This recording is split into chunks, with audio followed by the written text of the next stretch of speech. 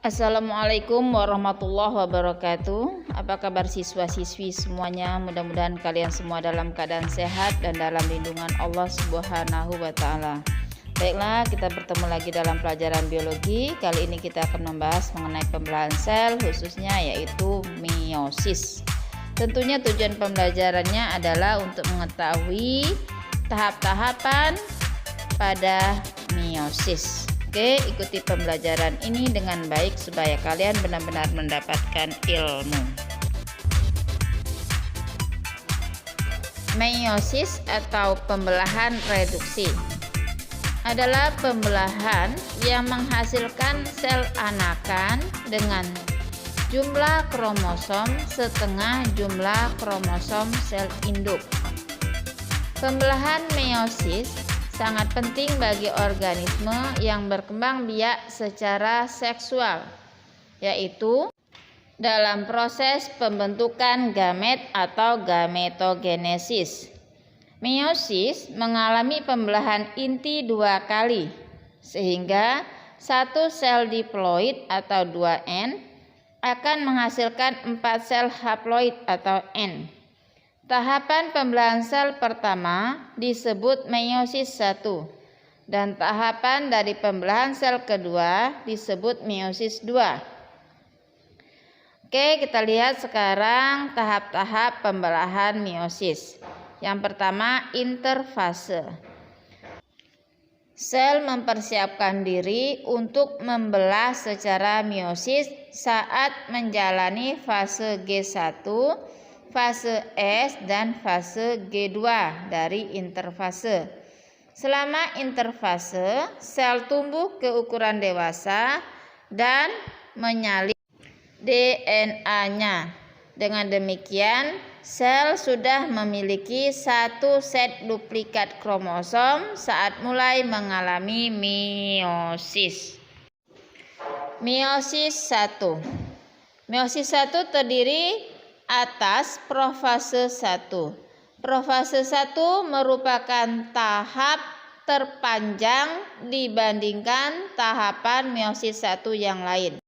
Tahap yang pertama leptoten, di mana dengan ciri-ciri benang kromosom tunggal dan panjang memadat. Kemudian nukleolus masih ada dan bertambah besar. Tahap berikutnya zigoten. Kromosom homolog melakukan sinapsis atau saling berpasangan satu dengan yang lain. Kemudian pasangan kromosom homolog dalam keadaan berpasangan disebut bivalen. Dan membran inti dari nukleolus masih ada. Tahap berikutnya adalah pakiten, di mana setiap kromosom melakukan duplikasi. Setiap kromosom terdiri dari 2 kromatid menjadi sinapsis yang mengandung 4 kromatid atau tetrad. Sentriol mulai memisah dan benang-benang spindel mulai terbentuk. Tahap berikutnya adalah diploten. Pada tahap ini terjadi proses kromosom yang berpasangan mulai memisah. Pada tahap ini terjadi proses-proses antara lain. Pemendekan kromosom berlangsung terus. Mulai terjadi pemisahan pasangan kromosom. Bukti terjadinya pindah silang ialah pembentukan kiasma, yang terlihat sebagai bentuk silang dari lengan kromosom. Pemisahan gen terdapat pada kromosom yang sama. Dan sinaptinemal kompleks kemudian terlepas dari kromatid. Terakhir, diakinesis. Pada tahap ini, pemendekan kromosom mendekati maksimum, kiasmata mendekati ujung, dan jumlahnya makin berkurang. Benang gelendong mulai terbentuk dan selaput inti mulai hilang. Sekarang kita lanjutkan pada tahap metafase 1. Kromosom homolog atau tetrad bergerak ke bidang ekuator dengan sentromer mengarah ke kutub. Masing-masing kromosom berikatan dengan benang spindel pada bagian sentromer. Kemudian anafase 1. Kromosom homolog ditarik oleh benang spindel ke arah kutub berlawanan sehingga tetrad berpisah dan kromosom bergerak menuju kutub yang berlawanan. Membran sel mulai melekuk di bagian tengah. Tujuan anafase 1 yaitu membagi isi kromosom diploid menjadi haploid. Berikutnya telofase 1.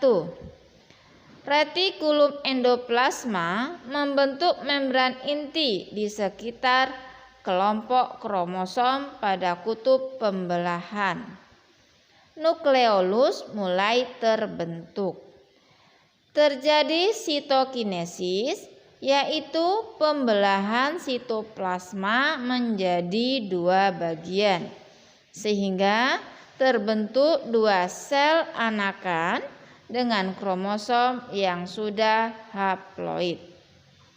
Kita lanjutkan meiosis 2.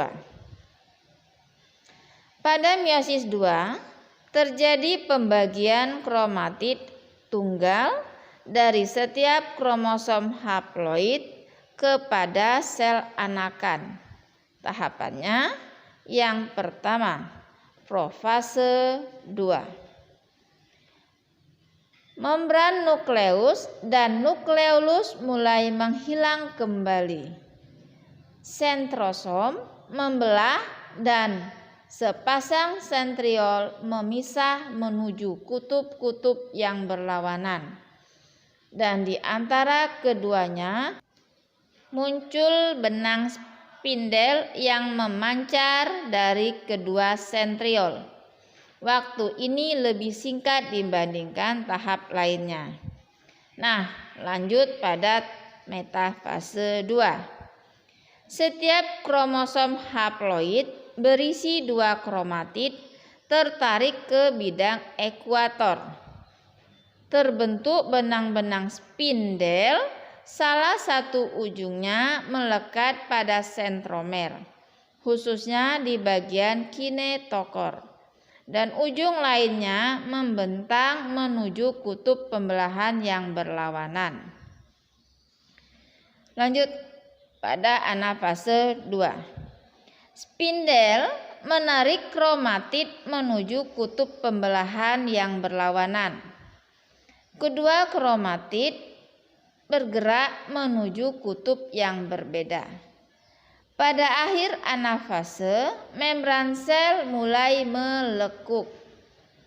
Telofase 2. Kromatid di kutub berubah menjadi benang-benang kromatin. Membran nukleus dan inti haploid terbentuk.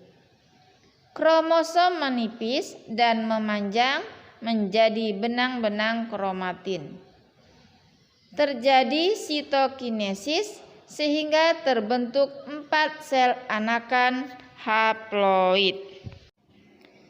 Meiosis disebut juga pembelahan reduksi karena pada proses pembelahan ini terjadi pengurangan jumlah kromosom menjadi setengah dari kromosom induk. Pembelahan reduksi terjadi pada proses pembentukan sel gamet atau gametogenesis. Meiosis berfungsi untuk menghasilkan gamet yang secara genetik tidak identik dengan induknya, sehingga mengakibatkan variasi genetik pada keturunannya. Oke. Kita lihat sekarang apa perbedaan antara mitosis dan meiosis.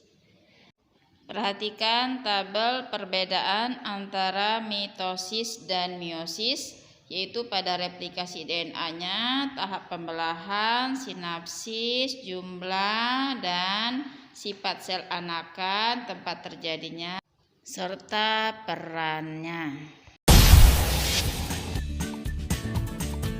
Nah, demikian pembelajaran kita kali ini. Mudah-mudahan kalian mendapatkan ilmu dari pembelajaran kita kali ini.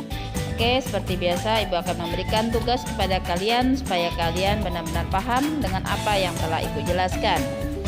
Yang pertama adalah kalian tuliskan tahap-tahap pada propase 1. Kemudian yang kedua, jelaskan apa yang terjadi pada tahapan propase 2. Dan yang ketiga, apakah tahapan atau perbedaan antara tahapan mitosis dan meiosis.